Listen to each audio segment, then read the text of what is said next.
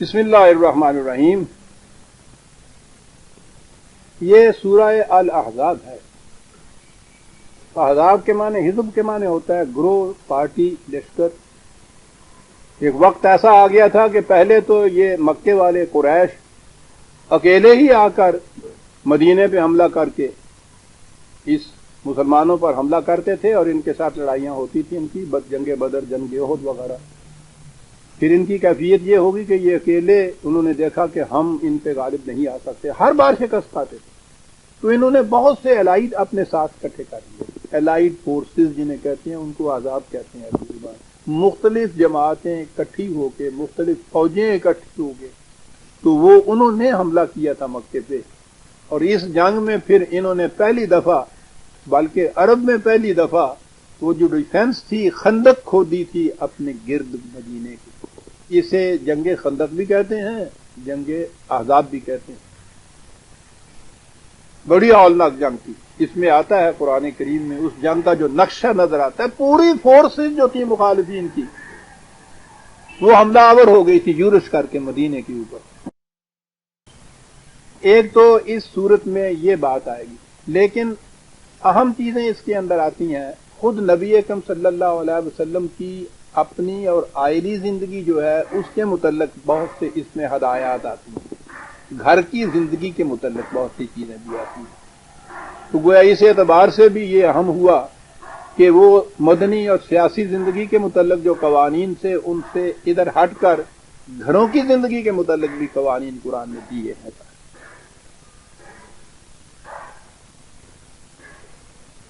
اس صورت کے متعلق ایک چیز، تھوڑا سا وقت ہے میں یہ عرض کر دوں. قرآن مجید کے متعلق کے خلاف جو سازشیں ہوئی ہیں، کھلے بندوں قرآن کا انکار کرنے والوں کی طرف سے نہیں، وہ کوئی سازش نہیں کہلاتی، مخالفت کہلاتی. کھلے بندوں آتے ہیں، قرآن اس کی پرواہ نہیں کرتا. یہ ہوتے ہیں حقیقت میں سازش، جو مسلمان کا نقاب اوڑھ کے مذہب کے راستے میں سازش کرتے ہیں اسلام کے خلاف. سب سے زیادہ مہیب اور خطرناک سازش یہ ہوتی ہے کہ لوگ اس کے فریب میں آ جاتے ہیں.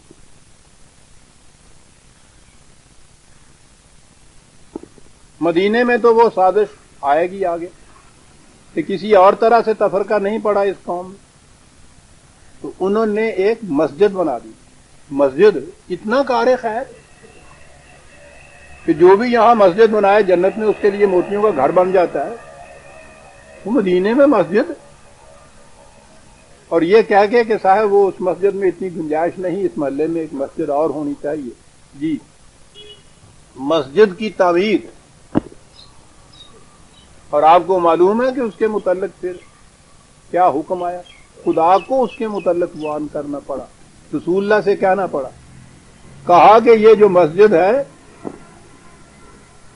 یہ مسجد نہیں ہے، یہ مسلمانوں میں تفرقہ پیدا کرنے کے لیے ایک سازش. یہ پناہ گاہ ہے خدا اور رسول کے خلاف مخالفین اور اس کے دشمنوں کی پناہ گاہ مسجد. یہ کفر ہے، مسجد کی تعمیر کفر ہے. کیوں؟ اس سے مسلمانوں میں تفرقہ پیدا ہو جائے گا. پوچھئے نہیں. مسجدیں الگ الگ ہیں. آج کسی باہر تختی لگی ہوئی ہوتی ہے مسجد، حنفیوں کی مسجد، اہل حدیث کا اندر آنا منع ہے. مسجدیں تفرقے کی علامت مسجد ہے یہاں. اور یہ پہلی مسجد جو بنی ہے مدینے کے اندر، اس کے متعلق خدا نے رسول اللہ سے کہا کہ یہ مسجد نہیں، پناہ گاہ ہے خدا اور رسول کے مخالفین کی، اس لیے کہ اس سے مسلمانوں میں تفرقہ پیدا ہوگا. اس میں کبھی جا کے کھڑے نہ ہونا. اس مسجد کو نہ صرف ڈھا دیا گیا، جلا دیا گیا. اس سے تفرقہ پیدا ہوتا ہے. اسے کہتے ہیں سازش. اب ایک محلے میں 3-3 4-4 مسجدیں ہیں. ہر 5ویں مسجد اور بنتی ہے پھر بھی وہ بھی جنت کا گھر دیتی ہے، یہ ہر مسجد جنت کا گھر دیتی ہے، وہ جو مسجد بنی تھی اس کو جلا دیا گیا۔ یہ ہے وہ سازش۔ تو پہلی سازش جو ہوئی تھی وہ قرآن کریم کے خلاف ہوئی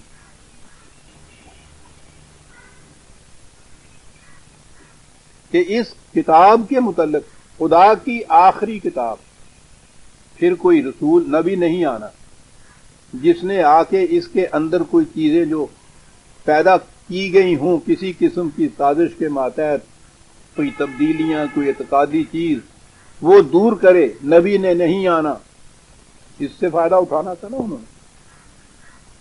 قرآن کی حفاظت کا ذمہ خدا نے لیا خود۔ انا لہو لحافظ، ہم محافظ اس کے ہیں۔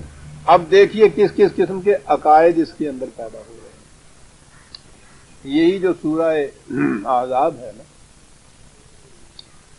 ایک حدیث میں ہے کہ ایک صحابی تھے حضرت زر، انہوں نے ایک دوسرے صحابی تھے حضرت ابی بن کعب، تو انہوں نے ان سے پوچھا کہ سورہ احزاب میں آیتیں کتنی ہیں؟ سورہ احزاب جو اس وقت قرآن کریم میں ہے نا، اس میں 73 آیتیں ہیں۔ تو انہوں نے کہا کہ وہ 73 آیتیں ہیں؟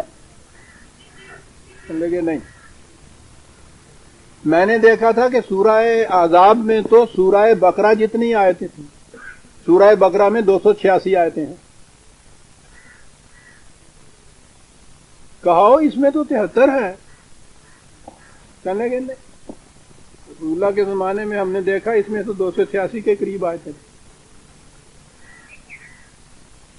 یعنی اسی زمانے میں یعنی 213 باقی رہی، یعنی ایک ہی سورت میں سے 213 آیتیں گم ہیں۔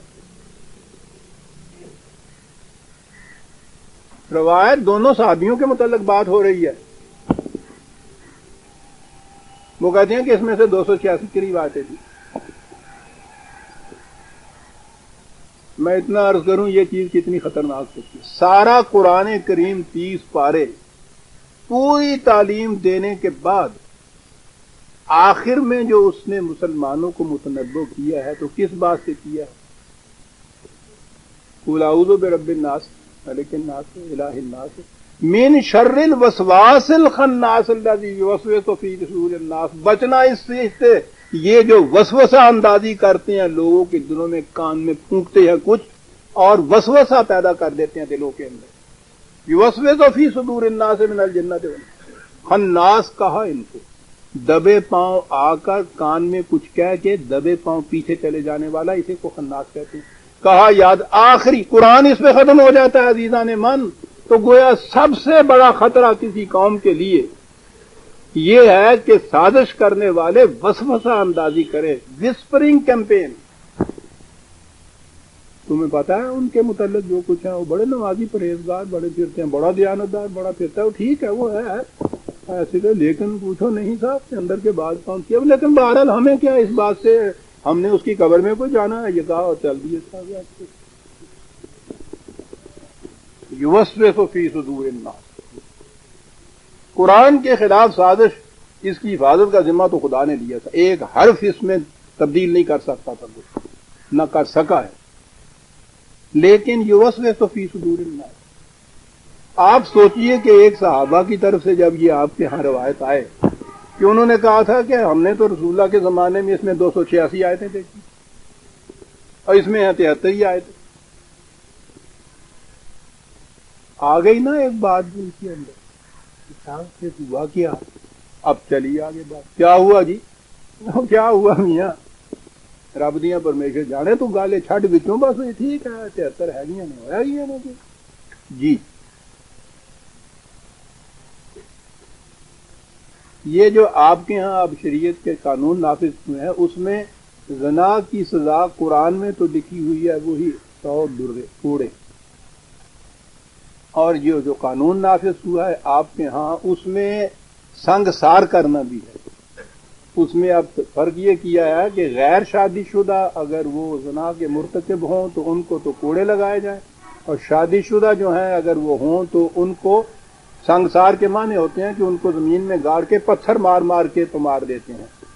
سٹوننگ جسے کہتے ہیں، رجم اسے کہا جاتا ہے، وہ قرآن میں تو یہ ہے نہیں. ان سے کہا کہ وہ جو 286 آیتیں تھیں نا، وہ 200 باقی رہ گئیں 73 میں سے 213. کہا ان میں ایک آیت یہ بھی تھی کہ شادی شدہ کو، شادی شدہ نہیں، اور شیخ و شیخہ کو، یعنی لفظ بھی نہیں بنانے آئے. ایرانی تھے غالباً یہ جنہوں نے یہ عربی بنائی، وہ بالکل ہمارے پنجابیوں جیسی عربی ہے انہوں نے. یعنی وہ جو پیش کرتے ہیں نا یہ اب اس آیت کو، تو اس میں شیخ و شیخت ہو، شیخ کے معنی بوڑھا آدمی ہوتا ہے. بوڑھا آدمی اور بوڑھی عورت اگر وہ اس جرم کی مرتکب ہو تو ان کو سنسار کرو، تو کہتے ہیں کہ اصل میں وہ لکھا ہوا تو بوڑھا ہی ہے، تو بوڑھا جو ہے وہ تو شادی شدہ ہوتا ہے، یعنی کوارا بوڑھا انہوں نے کل تکیا ہی نہیں ہے کہ کوئی بات نہیں ہے، وہ اگر شادی شدہ نہیں لکھا گیا اس میں تو کیا ہو گیا، وہ تو خدا نے یہ لکھا ہے تو ہم اس کے معنی یہی لیتے ہیں. تو یہ آپ کے ہاں قانون بنا ہوا ہے، 1000 برس سے چلا آ رہا ہے. آج اس کو پھر اس کی تجدید ہوئی ہے کہ وہ جو شادی شدہ ہے، اور یہ وہ آیت. کہا کہاں سے تم لیتے ہو اس کو؟ کہا جی وہ جو 213 آیتیں گم ہو گئی تھی نا سورہ عذاب کی، ان میں یہ آیت بھی تھی. چل بس وہ لب دے پھر. اب اس کے بعد تجویز ہوئی کہ صاحب بڑی اہم آیت ہے، یہ تو قانون ہے، ایک قانون کی آیت، جو اس کا گم ہو جانا یہ کیا ہوا. اب وہ چلا اس کے بعد سلسلہ تفسیر کا اس آیت کی کہ ہوا کیا. باقی آیتوں کے متعلق تو پتہ نہیں، بڑی تفصیل سے یہ لکھا ہوا آپ کے یہاں کتب تفاسیر میں، کتب روایات میں ہے، یہ حدیث کی کتابوں میں ہے کہ حضرت عمر کے زمانے میں اس معاملے نے بڑی اہمیت اختیار کی کہ کیا کیا جائے، تو نہیں کی جائے. قرآن میں تو نہیں. حضرت عمر نے، یعنی روایت میں یہ ہے کہ حضرت عمر نے کہا کہ ہم بھی اس زمانے میں یہ رسول اللہ کے ساتھ پڑھا کرتے تھے آیت. لو بھائی، خلیفۃ المسلمین خلفائے راشدین میں سے وہ کہہ رہے ہم بھی پڑھا کرتے. انہوں نے کہا اگر آپ پڑھا کرتے تھے تو آپ سے زیادہ مستند کون ہو سکتا ہے، تو اس کو قرآن میں لکھ دیجئے. کہنے لگے نہیں یار لوگ کیا گے، حضرت عمر نے بڑی زیادتی کی تھی قرآن سے لکھ دیتا حضرت عمر. تو انہوں نے کہا کہ کیا کیا جائے، خدا کا یہ حکم ہے، قرآن میں آپ لکھتے نہیں ہیں. انہوں نے کہا کہ بھائی پھر شکل یہ ہے کہ قرآن میں تو اس کو نہ لکھا جائے لیکن عمل اسی حکم کے اوپر کیا جائے. تو اس طرح سے یہ آپ کے ہاں قانون بنا اس آیت. ان سے کہا گیا کہ بھائی کچھ پرچولتے کر لو، لبتے لو، کچھ کوشش تے کرو، ممکن ہے کہ تم ڈگی پئی ہوئی لب ہی جائے. چنانچہ انہوں نے ڈھونڈنا شروع کیا، ڈھونڈتے ڈھونڈتے ڈھونڈتے ڈھونڈتے حضرت عائشہ رضی اللہ تعالیٰ عنہ تک پہنچے. عزیزان مان یہ حدیث کی کتاب میں.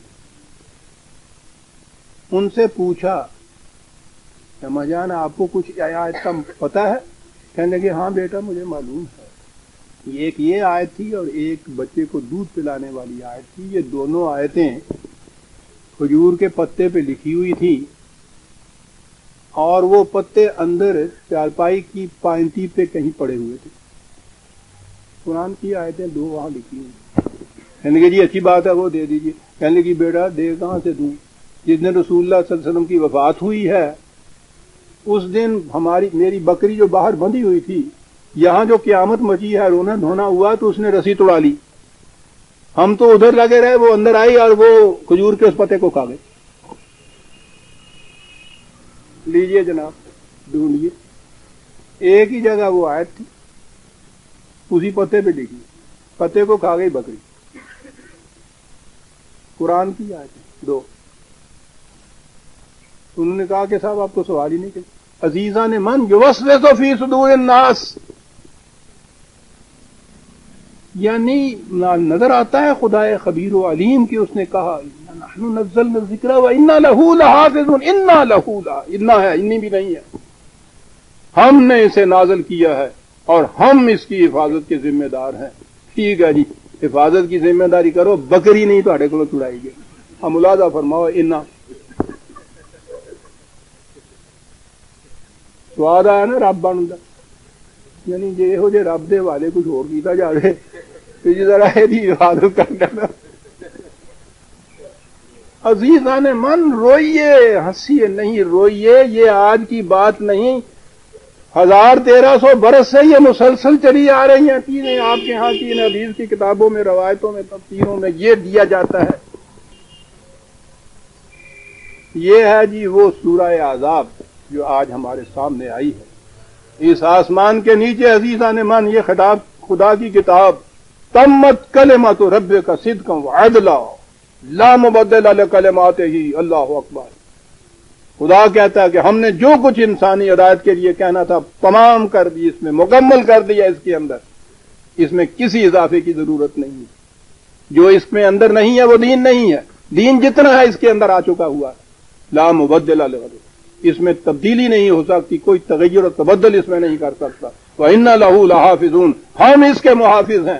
اور یہ کہنے کے بعد کہا کہ اب نبوت کی ضرورت باقی نہیں رہتی، خاتم النبیین کے معنی آگے سامنے۔ اور یہاں یہ صورت ہے کہ قرآن کی ایک آیت میں، ایک صورت میں سے بتا رہے ہیں کہ 213 آیتیں گم ہو گئیں، اہم ترین آیت کی تلاش ہوئی کہ کہاں چلی گئی، وہ بکری کھا گئی۔ 1000 برس سے یہ مانتے چلے آ رہے ہیں، اور یہ حکم آپ کے ہاں موجود ہے کہ رجم کیا جائے گا شادی شدہ کو۔ بہرحال بڑی شگافی کے بعد یہ باتیں کہتا ہوں، پوچھیے نا کہ مجھ پہ گزرتی کیا ہے جب یہ قوم قرآن کے ماننے والی ہے، غیر قوموں کے اعتراضوں کا تو ہم جواب دے سکتے ہیں، اس کا جواب دے کے یہ کہیے نہیں ہے منکر حدیث قرار پاتا ہے۔ 1000 لوگ عالم نے فتویٰ دے دیا ہمارے خلاف کفر کا کہ یہ کہتا ہے۔ اللہ اکبر۔ اچھا، وہ سورہ احزاب سے ہی ہم درس شروع کریں گے آئندہ کا عزیزان مان۔ ربنا تقبل منا انک انت السمیع العلیم۔ اعلان ہے